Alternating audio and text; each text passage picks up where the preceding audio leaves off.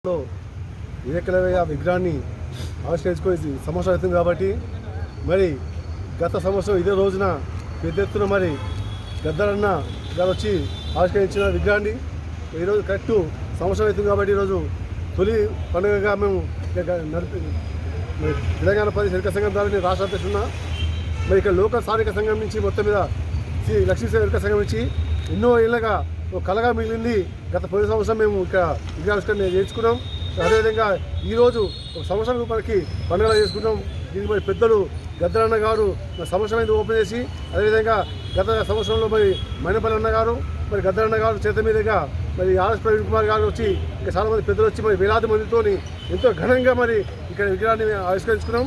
మరి ఇక్కడ యాపల్ నుంచి విగ్రహాన్ని ఆవిష్కరించిన తర్వాత రాష్ట్రంలో మరి 27 విగ్రహాలను కూడా మొత్తం కూడా రాష్ట్రంలో మనం పెద్ద ఎత్తున మరి ఏకలవ్య విగ్రహాలను ఆవిష్కరించుకున్నాం.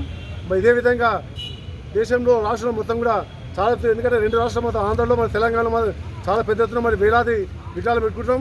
తప్పనిసరిగా గ్రామాన ఎక్కడైతే ఎరుకల కుటుంబాలు ఉంటాయో ఎక్కడైతే ఎరుకల బస్సులు ఉంటాయో తప్పనిసరిగా అక్కడ ఏకలవ్య విగ్రహాన్ని ఆవిష్కరించుకొని పెద్ద ఎత్తున మన ఎందుకంటే మా తాత తండ్రి లాంటి గురువు లాంటి మా ఏకలవ్యుడు మా గురువు కాబట్టి మరి ఎంతో విలువిద్యకైన ప్రయత్నించిన గురువు. అదేవిధంగా ద్రోణాచార్యుడు అడగగానే ఎంతో గొప్ప మనసుతోని మరి బొటనవేలు ఆలోచించ కూడా ఇచ్చిన మా గురువు. అలాంటి గురువు విషయంలో పెద్దతో మేము తీసుకుపోవాలని ఒక ఆలోచనతో మరి వాస్తవానికి రాష్ట్రంలో కానీ దేశంలో కానీ ఎక్కడ కూడా అర్జున్ అవార్డు ఇస్తున్నాడు. మరి అర్జున్ కన్నా గొప్ప వ్యక్తి ఏకలవ్యుడు. ఆ ఏకలవ్య అవార్డు కూడా మరి రాష్ట్రంలో దేశంలో ఖచ్చితంగా వాళ్ళకి ఇవ్వాలని చెప్పేసి కూడా ప్రధానమైన డిమాండ్ కూడా మేము పెట్టబోతున్నాం. తప్పనిసరిగా రాష్ట్రంలో మరి దేశంలో కూడా మరి పెద్ద ఎత్తున పార్లమెంట్ వరకు కూడా మేము అక్కడ ధర్నా చేసి కూడా పర్లేదు.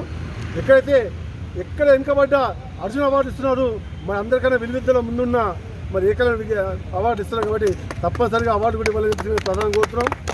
మరి అదేవిధంగా ఎన్నికల వాళ్ళు చాలా వెనుకబడి ఉన్నారు, అన్ని రకాలుగా చాలా వెనుకబడి ఉన్నారు కాబట్టి ఇప్పుడు ఉన్న ముఖ్యమంత్రి రేవంత్ రెడ్డి గారు కూడా మరి ఆయనకు ఎన్నికలు అంటే అవగాహన ఉంది కాబట్టి తప్పనిసరిగా ఆయన కూడా ఎన్నికల వాళ్ళని గుర్తించి ఎందుకంటే వాస్తవానికి స్వాతంత్రం వచ్చి 76 ఏళ్ళని కూడా ఇంతవరకు కూడా ఏ ప్రభుత్వం కూడా ఎన్నికల వాళ్ళని గుర్తించాలి.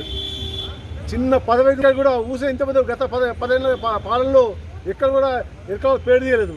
మరి రేవంత్ రెడ్డి గారు ముఖ్యమంత్రి అన్నగారు మరి గతంలో గెలవక ముందుకే ఒక ఎన్నికల కార్పొరేషన్ ఇస్తానని చెప్పిండు.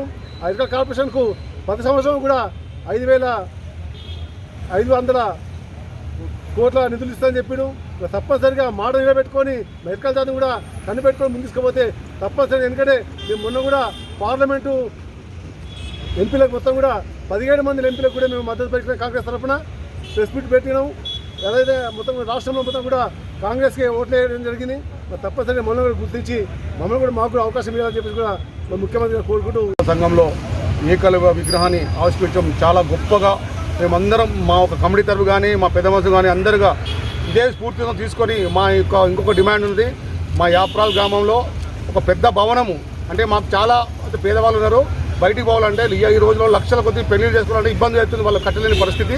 కాబట్టి ఇదే స్ఫూర్తితో ఆ భవనము కట్టాలని ఈ యొక్క వచ్చిన కాంగ్రెస్ గవర్నమెంట్ రేవంత్ రెడ్డి గారు ఆధ్వర్యం తీసుకుపోయి అదేవిధంగా ఇప్పుడు కొత్తగా ఎన్నికలు ఎవరు ఏ పార్టీకి సంబంధం లేకుండా మా యొక్క హక్కులు మేము కాపాడతామని ఈ యొక్క ఏకలవ్య ఒక విజయ సభలో నేను మనస్ఫూర్తి కోరుతూ థ్యాంక్ యూ, ధన్యవాదాలు.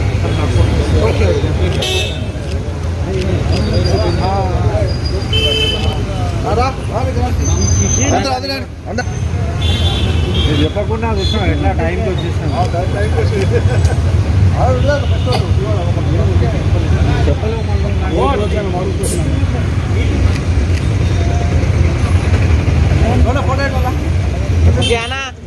రావాలి కొంచెం